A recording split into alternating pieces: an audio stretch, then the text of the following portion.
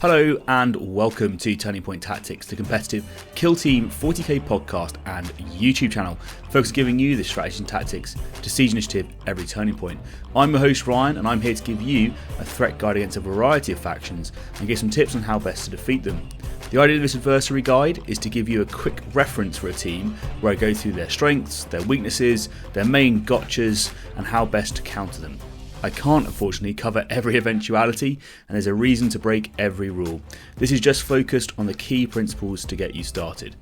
As with all things in Kill Team, the answer is, it depends, and I won't pretend that it's not going to be like that. Before we begin though, I want to give a massive shout out to my patrons. You guys are incredible, and I massively appreciate the support that you've been giving me. If you too are interested in supporting the channel, there's a few ways you can go about doing so. You too could become a patron, and if you do that, you'll get access to the Discord, priority Q&A, early access to content, exclusive content, as well as tournament rewards. You can also, just on YouTube, subscribe, like, and share this amongst your fellow community. And you can also use the affiliate links we have with Element Games in the UK or Noble Knight Games in the US to give us a little kickback when you buy your Kill Team goods. Thank you for your support. With all that said, let's get into it. The first faction we're going to be discussing is the Novitiates. They're a 10 model kill team with 71 wounds, 7 wounds base, 8 on the leader. And their main strength here is that they are reliable. So they have various means of achieving this reliability. The first is that they have faith points, and they have anywhere between 12 to 36 faith points during the course of the game, but averagely it's around 24. They also have access to Ceaseless as an equipment option for both their flamers and their leader. This can be a very, very good way of making sure they do exactly what they're supposed to do when it comes to damage. And that's because both of those models, the flamers and the leader, have a ballistic skill of 2+, which again is very, very reliable. This, combined with the faith points, means that they can ensure that they get the right damage in the right place where they need it. And the faith points can also work in defense. So that means that if they just need one save to survive, or they need to make a crit save to survive, they can then guarantee that actually happens, which is really, really impactful. Or they can just use the faith points for rerolls as everyone else would do normally. So if you can imagine having an average of 24 CP rerolls is pretty good, but potentially being able to guarantee a crit or guarantee a hit when you need it more is actually much more impactful. And Faith Points has a whole bunch of other things they can do as well. They can heal themselves, they can negate mortal wounds and all sorts. But those are the main impacts, is making sure that they do some really, really reliable damage. Another key strength of this team, though, is its objective play. It actually has more objective play than people probably think. They have a free mission action on their Pronatus. That's the guy with the cup that's going to be able to generate them from faith points as well. They also have access to an icon bearer, which isn't used in most matchups, but occasionally can be, to give you that 3 APL control of an objective against another 2 APL team, should you need it. But they also have 2 means of APL manipulation. These are 2 different comms options, in the same way that commandos do on another team like that. This then means that they can add 3 APL where they need to during the course of the game to be able to get through doors, hatches, whatever it's going to be, and control objectives or do mission actions whilst delivering damage. Now this is really, really important because it also lets you steal objectives from your opponent. So if you're playing another 2 APL team, you can stack a 3 APL and then use it on the next turning point to be able to move on to an objective, steal that objective, and then still put damage out, and that's really, really powerful. Now, you've probably heard me in the past say that Flamers suck, and on most factions they do, but Novitiates is the exception. Flamers and Novitiates are pretty damn amazing, and there's a few reasons why they're so good. One is that they're not 2-2 damage, but they are 2-3 damage. This means that actually when you're into the dark and you're rolling your crits, the crit damage actually makes a difference, so you're getting a benefit from their lethal 5. They also have the ability to do what's called a burning advance, which means that they can move, then do a dash, and then do a shoot. Now, the important thing here is they have to do the dash before the shoot, so they can't use it like a 3 APL ability to retreat again and get away from cover, but let's be honest, they were never going to do that because they need to be able to get there and get in range of you anyway. But this, combined with the fact that it has a torrent, means that they can get within range, they can move 9 inches forwards, overcoming their range limitation, potentially get torrent, potentially get their lethal 5 off, and do some real damage. And if somehow you don't die from that, they do have the Inferno 1 ability, which then means that they can, at the end of the turning point, see if they give you some mortal wounds. Now, that would be pretty powerful, but they actually have another way to make it even stronger, where they can spend the CP and increase the damage on that flamer to 3-4 rather than 2-3. This is now effectively a 5 attack bolter hitting on 2s, probably with Ceaseless, and lethal 5. So that's a very, very powerful flamer, and that is going to do some serious damage. So you respect the flamers. Do not get caught out by a torrent, because these guys are moving very, very fast and going to try and get you. They also have some pretty good faction tack-ups, but my personal favourite is their Consecrate Ground tack-up.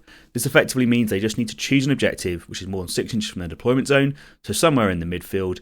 If they control it at the end of a turning point, they're going to get a VP, and if they control it at the end of the battle, they're going to get a second VP. Now this is really, really strong, because it's effectively free VP, because your opponent's not choosing it. You can choose the side of the board where you know you're going to be biasing your strength, and you know you're going to be biasing your models, and then you're going to force your opponent to come and get it. But this team has some ways to play around objectives, which is going to make it really, really difficult for them to do so. They also have access to the recon archetype, so they have things like recover item, which is usually quite good to score, and also on Into the Dark, things like secure unexplored rooms, all that sort of stuff is very, very strong as attack archetype goes. Also, it plays quite well with their ability to move quite far forwards and try and get damage out up front. This, combined with their strong faction attack ops, means that they have actually quite a good selection of attack ops to choose from, and are going to quite reliably score their secondaries. Next, they have a really strong leader, and not from a durability point of view. I mean, they are 8 wounds and they do have a 3+ save, but that's not really why you're taking them. You're taking them because they have a plasma pistol that hits on 2s and a power weapon that also hits on 2s. They also have a built-in ability called Lead by Example, which means that if they kill a model or they do a mission action, they can then select another model within 6 inches and effectively GA2. Now, this is really, really strong, because your leader is almost guaranteed to kill whatever they're pointing at, hitting on 2s with Ceaseless, the ability to retain hits into misses, the ability to retain hits into crits. Whatever you need to do the damage you need to kill someone means it is really, really reliable.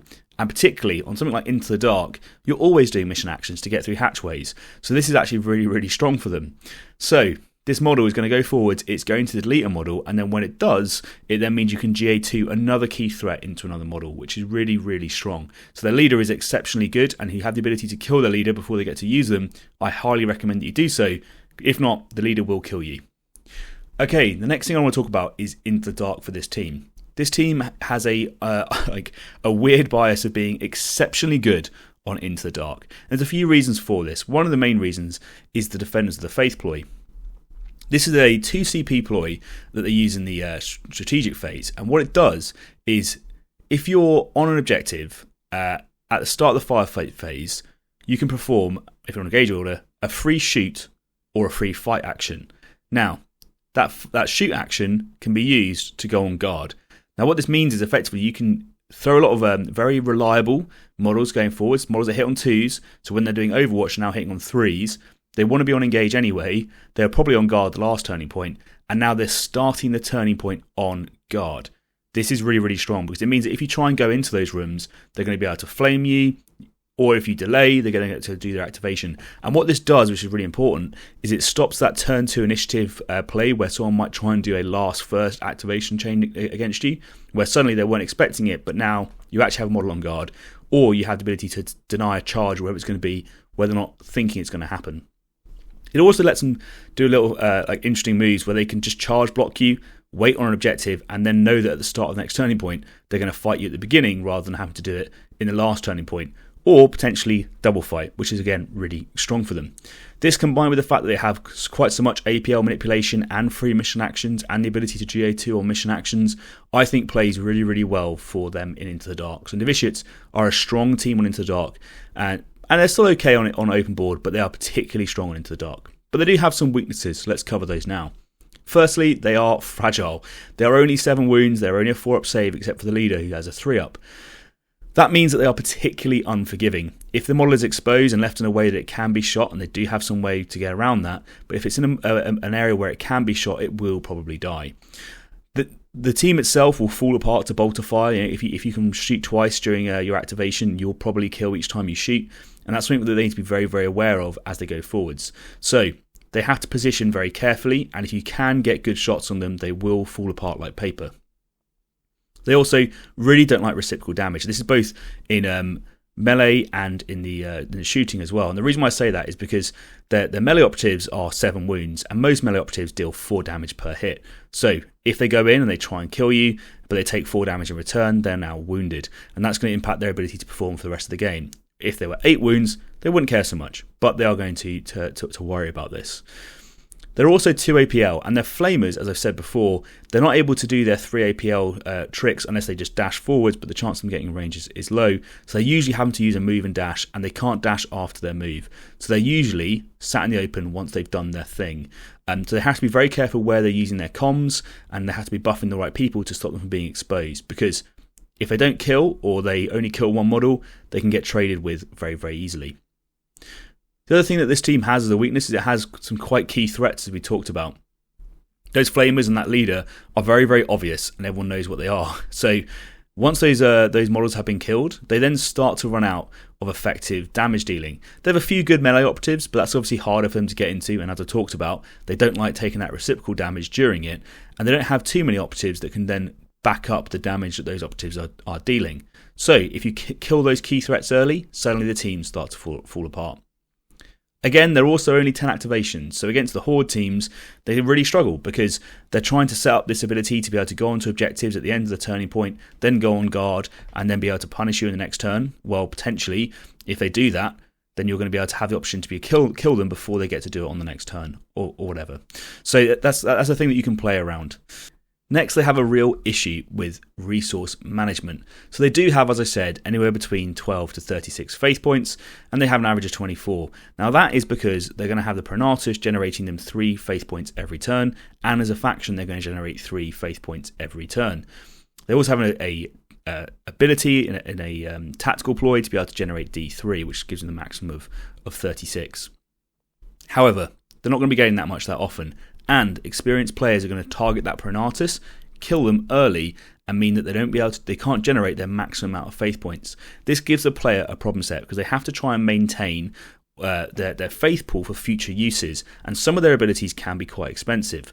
So they need to be monitoring that resource and making sure that they're using the right amount of faith points during the course of the game and not wasting them needlessly.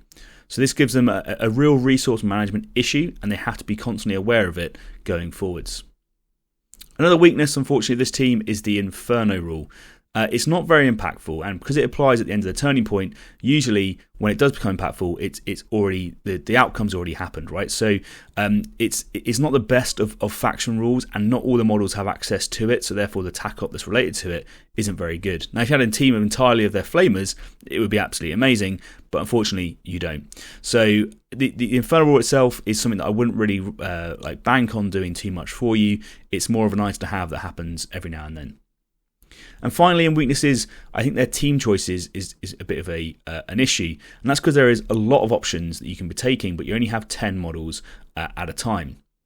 This can lead to a little bit of analysis paralysis, or a difficulty assessing what's best in the right matchup, and a lot of newer players struggle with this as they try to figure out the team going forwards. Generically though, my advice to you would be sticking with the Flamers is probably a better way to go than most of the specialists.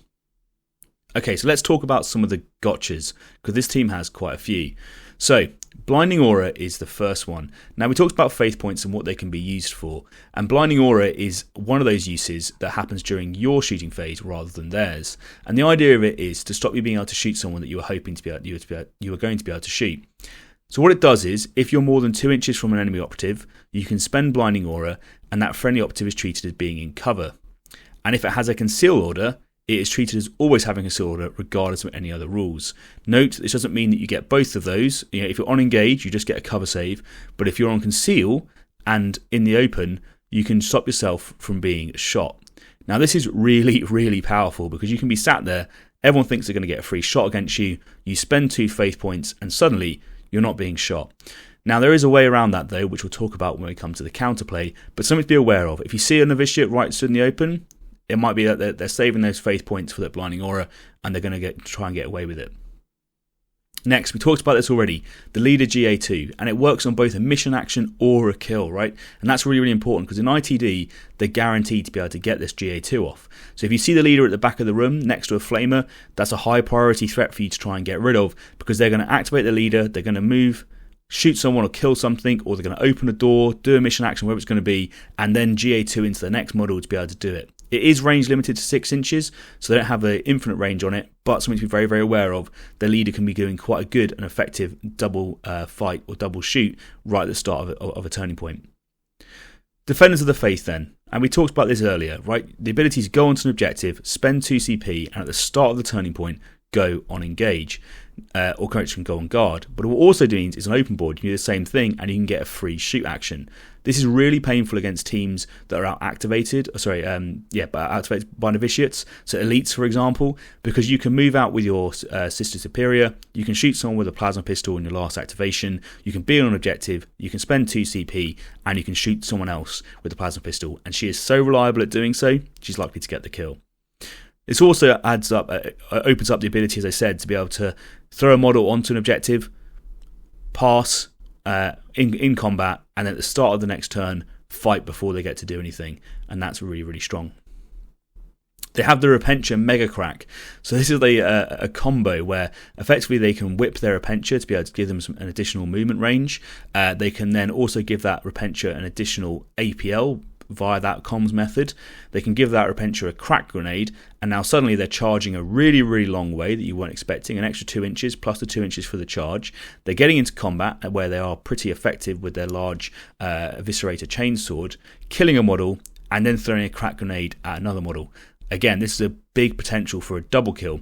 It's these sorts of methods with the GA2 and the Repentia Mega Crack, how this team deals with horde teams by doing very effective double kills at the start of a turning point. Next, they have the Burning Advance. So the Flamers we talked about, they can spend an AP and they get to do a free dash and a shoot action. They'll be moving 6 inches, they spend that, they're moving 9 inches, they then have an 11-inch threat range, and that's really, really strong. And that's if you're in cover or conceal. If you're in the open, it's a 15-inch threat range, which is really, really impactful. So you've got to be careful of these guys moving forwards, because they will move forwards, they don't need a comms buff, and suddenly they're able to get out there and do it. And the important thing with this as well is it's torrent weapon. So if you sit your guys within torrent range, they're going to move forwards up to 9 inches, get within 2 of you, and torrent 2 guys, or 15 if you're in the open and not in cover. There's another little trick which people have pointed out to me, which is particularly mean. I talked earlier about how you can buff the damage on the Flamer to give you 3-4 rather than 2-3. Well, that works until the end of the turning point. So let's say you're in the start of the game. They've done their Defenders of the Faith. They're now sat on an objective, on guard. You come into the room. They shoot you, and with their Burning Wrath, they upgrade their damage to 3-4. They kill you as a result, most likely, because they're hitting on 3s. They're rerolling 1s. They can convert misses to hits, etc., etc. But that's going to stay on that Flamer now. So that Flamer can now do another move, dash, shoot, and keep that Burning Wrath benefit. So if that Flamer doesn't die, you need to make sure you kill that Flamer straight away before it gets to do its next move, because it's going to be very, very painful.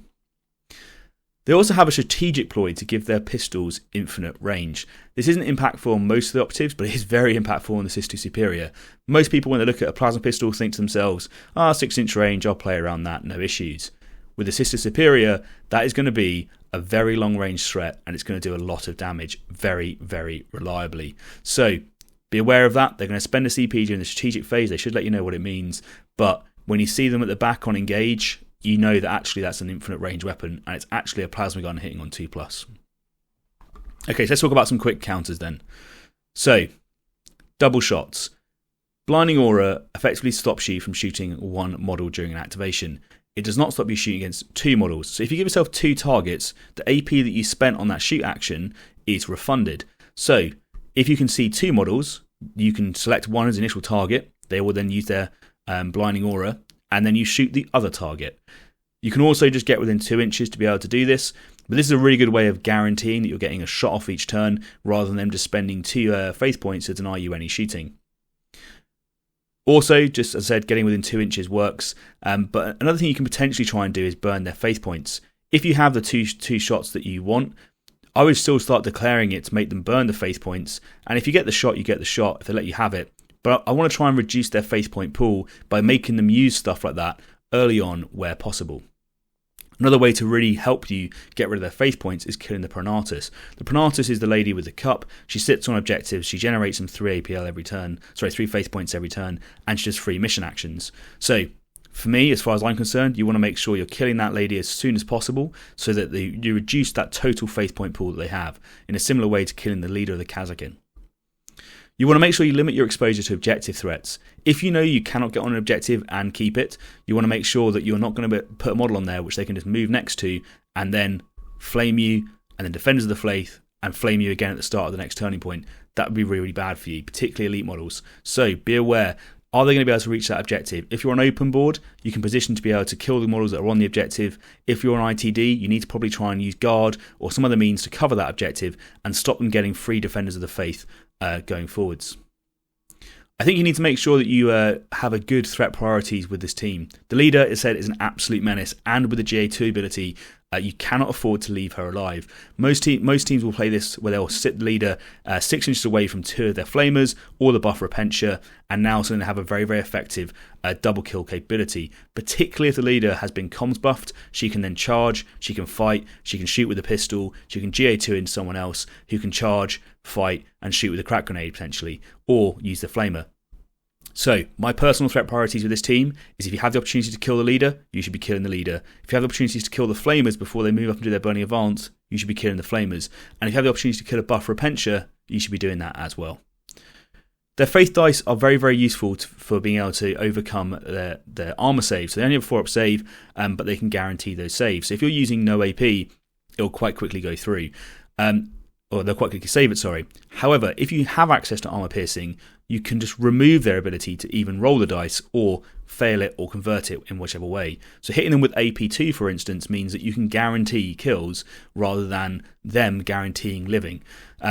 I would highly recommend doing this, and if you have a roster with the options for AP, I'd be making sure that you're using it to make sure they don't have access to that saving throw, because they roll against regular dice, they might roll a little bit high, and suddenly they're very, very strong. Finally, I'll say you want to force trades with this team. This team is fragile, but you want to make sure that when you're doing those force trades, you're doing it in an effective way. You want to be prioritising those trades and making sure you kill those key threats early so that the team runs out the ability to kill you later on. If you can do that, you should then be on to an absolute winner. As I said, the team does fall apart quite quickly, particularly to AP shooting, as they can't guarantee their saving results, and then suddenly you sort of take the teeth out of the team and you can play around it a bit more. If you're an elite player, if you can get double kills, prioritise those double kills on those key threats and those main damage dealers, you'll find that the rest of them are a little bit lackluster when it comes to killing you. So that's kind of how I like to play it. So that then covers off Novitiates and my threat guide for them. What do you think that we missed? Is there something that you think that we should have added, a strength that we've left off? Maybe there's a weakness that you can exploit, or more counters that we can get in there as well. Let us know in the comments below. That is going to bring us to the end of the episode, and hopefully you found something new or useful while listening. If you did, throwing us a like would be greatly appreciated. If you want to make sure you don't miss any episodes, make sure to hit subscribe so you get notifications as soon as the next one drops. It really is the best way to help a small channel like ours. And if you can't wait and you do want early access, we have a Patreon where you get exclusive access to all our content ahead of time. As always, we'd love to hear your thoughts and feedback, so drop a comment below and we'll get right to you. Thank you so much for listening. I'm your host Ryan, this has been Turning Point Tactics, and we'll see you next week.